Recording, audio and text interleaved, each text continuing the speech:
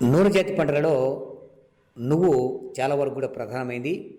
ఈ నువ్వు సాగులో ఎలాంటి యాజమాన్య పద్ధతులు పాటిస్తే అధిక దిగుబడులు, నాణ్యమైన దిగుబడులు సాధించవచ్చు? అదేవిధంగా ఏ విధంగా విత్తనాన్ని ఎంపిక చేసుకోవాలి, విత్తన శుద్ధి ఏ విధంగా చేసుకోవాలి, ఎటువంటి రకాలు వేసుకోవాలి, ఎరువుల యాజమాన్యం, నీటి యాజమాన్యం ఏ విధంగా పాటించాలి, ఈ పంటకు ఎటువంటి తెగుళ్ళు ఆశించే అవకాశం ఉంది, ఆ తెగుళ్లకు నివారణ చర్యలు ఏ విధంగా చేపట్టాలి ఇత్యాది అంశాల గురించి తెలియజేయడానికి కేవీకే దర్శి సేద్య విభాగం శాస్త్రవేత్త డాక్టర్ తూము వెంకటేశ్వర రెడ్డి గారు మన ముందున్నారు. వారి ద్వారా రైతు సోదరులకు ఈ నువ్వు సాగు విధానము, యాజమాన్యం గురించి తెలియజేద్దాం. నమస్కారం సార్. నమస్కారం అండి. సార్, మరి నువ్వు పంట అనేది చాలా వరకు కూడా ఈ మధ్య కాలంలో సిరుల పంట అని చెప్పుకోవచ్చు. ఎందుకంటే చాలా వరకు కూడా మంచి ధరలు పరుగుతున్న పరిస్థితి మనం చూస్తూ ఉన్నాం. ఈ నువ్వులో ఎలాంటి మంచి యాజమాన్య పద్ధతులు పాటిస్తే అధిక దిగుబడులు సాధించడానికి, నాణ్యమైన దిగుబడులు సాధించడానికి అవకాశం ఉందంటారు? ఇత్యాది అంశాల గురించి రైతు సోదరులకు చక్కటి విషయాలు తెలియజేయండి సార్. ముందుగా నువ్వు పంట సమగ్ర యాజమాన్య పద్ధతుల్లో రైతులు గుర్తుంచుకోవాల్సింది, నేలలు మనకి నీరు నిలవని తేలికపాటి భూములు లేదా బరువైన నేలలు, నల్ల నేలలు కానీ ఎర్ర నేలలు కానీ నీరు నిలవని నేలలు ఏమైనా అనుకూలంగా ఉంటాయి. చౌడు నేలల్లో అయితే మాత్రం కొద్దిగా పంట దెబ్బతినే అవకాశం ఉంటుంది. కాబట్టి దీన్ని కొద్దిగా రైతులు గుర్తుంచుకోవాలి. తర్వాత విత్తనం వచ్చేసరికి మనకి విత్తన రకాల ఎంపికలో వెర్రి తెగుల్ని తట్టుకునే రకాలను ఎంపిక చేసుకోవాలి. యలమంచిలి 17, 11, 66 ఈ మధ్యకాలంలో బాగా ఎక్కువగా వాడుతున్న రకం యలమంచిలి 66 రకాలను ఎంపిక చేసుకున్నట్లయితే రైతులకి అధిక దిగుబడులు వచ్చే అవకాశం ఉంటుంది. ముఖ్యంగా విత్తనం విత్తే సమయానికి వచ్చేసరికి డిసెంబర్ 2వ పక్షం నుంచి జనవరి 2వ పక్షం వరకు విత్తనాన్ని విత్తుకోవచ్చు. కొద్దిగా లేట్ అయినా నీటి వసతి ఉన్నవారు అయితే ఫిబ్రవరి 2వ పక్షం వరకు విత్తనాన్ని విత్తుకోవచ్చు. లేటుగా విత్తుకునే వారిలో మొలక వచ్చే టైంలో పురుగులు ఆశించే అవకాశం ఉంటుంది. కాబట్టి సకాలంలో విత్తనం విత్తుకున్నట్లయితే ఈ పురుగు బెడద అనేది తక్కువగా ఉంటుంది. తరువాత విత్తన మోతాదు 2 నుంచి 3 కేజీలు మీరు వెదజల్లుకున్నట్లయితే 2 కేజీలు ఎకరానికి సరిపోతుంది. కొద్దిగా ట్రాక్టర్ తోటి వేసుకున్నట్లయితే 2.5 కేజీ వరకు ఎకరానికి సరిపోతుంది. విత్తనం విత్తే ముందుగా విత్తన శుద్ధి 3 గ్రాములు మ్యాంకోజెబ్ కానీ కార్బన్డైజం కానీ 3 గ్రాములు కేజీ విత్తనానికి కలిపి చేసుకున్నట్లయితే మొదటగా 20 రోజుల్లో వచ్చేటువంటి వేరుకుళ్ళు ఈ సమస్యల నుంచి రైతులు తప్పించుకోవచ్చు. తరువాత విత్తనం విత్తిన 24 గంటల నుంచి 48 గంటల లోపుగా పెండిమిథాలిన్ ఎర్ర నేలల్లో అయితే 1 లీటరు ఎకరానికి, నల్ల నేలల్లో అయితే 1.25 లీటర్లు ఒక ఎకరానికి బాగా తడిచేటట్టు నేలపైన పిచికారీ చేసుకున్నట్లయితే మనకి కలుపు అనేది 15 నుంచి 20 రోజులు మొదటగా వచ్చేటువంటి అన్ని రకాల కలుపు జాతి మొక్కలను అదుపు చేస్తుంది.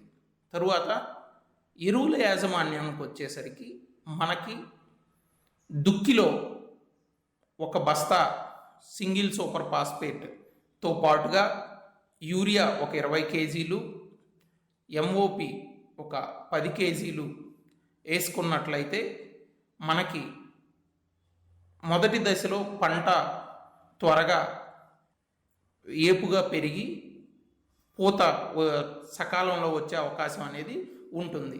తరువాత 15 నుంచి 20 రోజుల తర్వాత కలుపు సమస్య ఉన్నట్లయితే, ముఖ్యంగా గడ్డి జాతి మొక్కలు ఏవైనా ఉన్నట్లయితే మనము క్విజాలిపాప్ ఇథైల్ అని ఉంటుంది, అది 400 ml 1 ఎకరంకి కలిపి పిచికారీ చేసుకున్నట్టయితే అన్ని రకాల గడ్డి జాతి కలుపును నివారించుకోవచ్చు.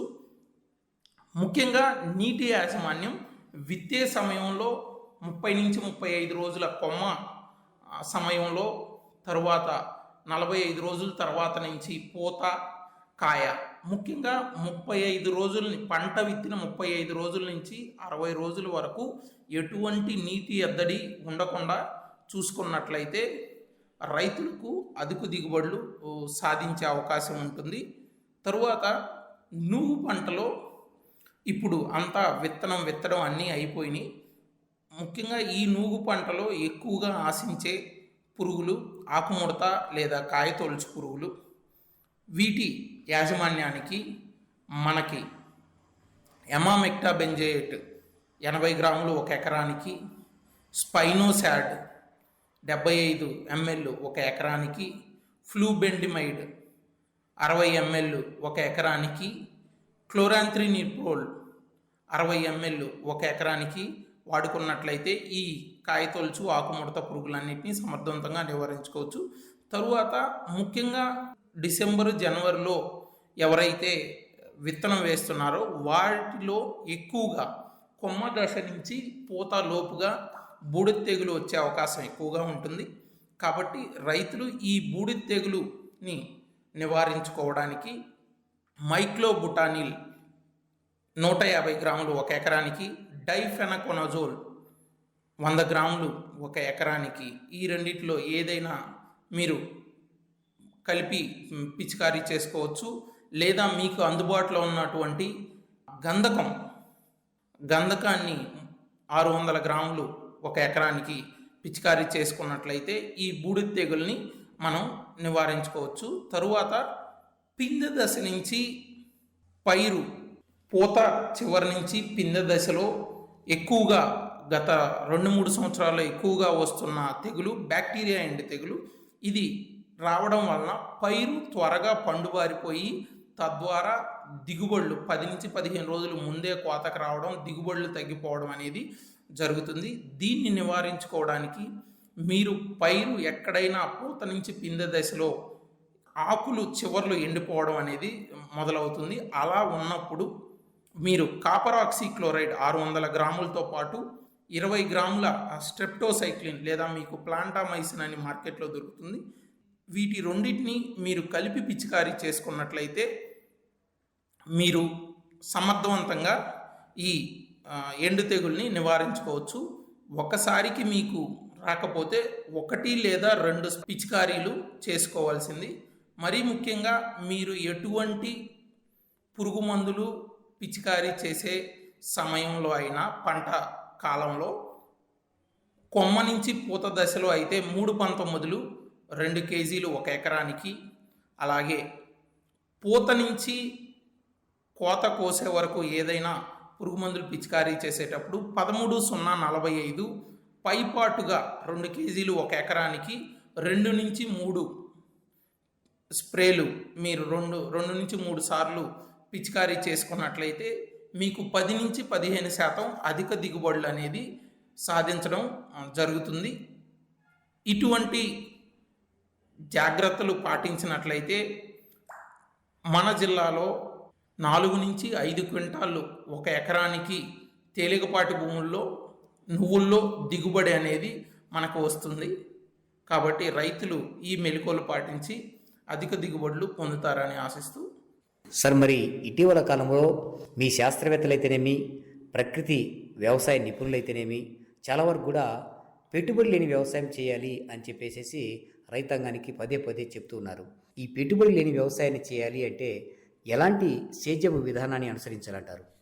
ముఖ్యంగా నువ్వు పంటలో గత సంవత్సరాల అనుభవంలో నువ్వు పంటలో 2 లేదా 3 పురుగులు మాత్రమే వస్తాయి. 1 తెగులు మాత్రమే లేదా 2 చీడపీడలు, 2-3 చీడపీడలు పురుగులు మాత్రమే వస్తున్నాయి. దీనికి సరైన సమయంలో 2-3 సార్లు మీరు పిచికారీ చేసినట్లయితే సరిపోతుంది. అంతకుమించి ఎక్కువగా వాడాల్సిన అవసరం లేదు. రైతులకు కూడా ఎకరానికి 10-12,000 లేదా 15,000 లోపుగానే పెట్టుబడి అవుతుంది. కాబట్టి మనకి విత్తనం ఇప్పుడు 12,000 నుంచి 14,000 వరకు మనకి మార్కెట్లో రేటు ఉంది. కాబట్టి రైతులు తక్కువ పెట్టుబడితోటి లాభం సాధించడానికి అవకాశం ఉండేటువంటి ఇది. ముఖ్యంగా నేను మీకు ముందుగా చెప్పినట్లుగా పైపాటుగా మీరు 13,045ని పైపాటుగా మీరు అందించినట్లయితే ఎరువులు వేయకపోయినా ఎరువులు ఎక్కువ వాడాల్సిన అవసరం లేకుండా పంటని మీరు అధిక దిగుబడి వచ్చేటట్టుగా పండించుకోవచ్చు. దీన్ని రైతులు గుర్తుంచుకొని విరివిగా ఎరువులు లేదా పురుగు మందులు విరివిగా వాడకుండా సరైన సమయంలో తగిన మోతాదులో వాడినట్లయితే మీరు అధిక దిగుబడుల్ని సాధించే అవకాశం ఉంది. తద్వారా మీకు మార్కెట్లో కూడా తక్కువ పురుగు మందులు ఇవి వాడిన వాటికి కొద్దిగా రేటు ఉంటుంది కాబట్టి రైతులు దీన్ని గమనించుకోవాలి. అలాగే ఈ వేసవి పంటలు వెయ్యని భూములు ఏవైనా ఉంటే మీరు పచ్చిరొట్టె ఎరువుల పంటలు మనకి జీలుగలు ఇవి ఎకరానికి 8 కేజీలు చల్లుకున్నట్లయితే మీకు వేసవిలో మనకి ఋతుపవనాలు వచ్చే టయానికి మనకి పంటని భూమిలో కలిదున్నుకోవడానికి, తద్వారా భూమిలో కార్బన్ శాతం పెరిగి భూమిలో రసాయన ప్రక్రియలు బాగా జరిగి మనకి మొదటి పంట వానాకాలం పంట అధికంగా రావడానికి అవకాశాలు ఉంటాయి. కాబట్టి రైతులు ముఖ్యంగా పచ్చిరొట్టె ఎరువులు వేసవిలో లోతు దుక్కులు పాటించినట్లయితే, ముఖ్యంగా నీటి వసతి లేని భూములు ఏ ఉన్నాయో అవి వేసవి కాలంలో మీకు వచ్చినటువంటి 1-2 జల్లుల్ని ఆధారంగా చేసుకొని లోతు దుక్కులు అలాగే పచ్చిరొట్టె ఎరువులు వేసుకున్నట్లయితే తర్వాతి సంవత్సరం వానాకాలం పంటకి మీకు ఇది ఎంతగానో ఉపయోగపడుతుంది. కాబట్టి రైతులు ఈ విషయాలను గుర్తుంచుకొని జాగ్రత్తలు పాటించవలసిందిగా. ముఖ్యంగా రైతులు ఇటీవల కాలంలో మిరప, పత్తి, పొగాకుల్లో రైతులు ఒకరిని చూసి ఒకరు పోటీతత్వంలో ఎరువులు, పురుగు మందులు విరివిగా వాడుతున్నారు. ముందుగా చెప్పినట్లుగా మనకి తగినంత ఎరువులు అవసరమైన మేరకు మాత్రమే పురుగు మందుల్ని వాడుకోవాలి.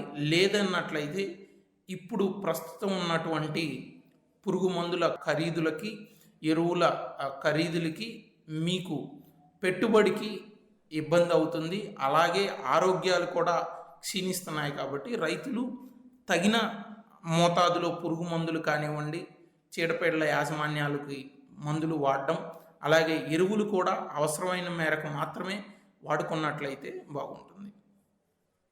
నువ్వు సాగును ఏ విధంగా చేపట్టాలి, నువ్వులో అధిక దిగుబడులు సాధించాలి అంటే ఎలాంటి యాజమాన్య పద్ధతులు ఆచరించాలి, అదేవిధంగా ఎటువంటి రకాలు వేసుకోవాలి, ముఖ్యంగా ఎరువుల యాజమాన్యం ఏ విధంగా చేపడితే మంచి దిగుబడి తీసుకోవచ్చు, ఇత్యాది అంశాల గురించి చక్కటి విషయాలు తెలియజేశారు. నమస్కారం సార్. నమస్కారం సార్.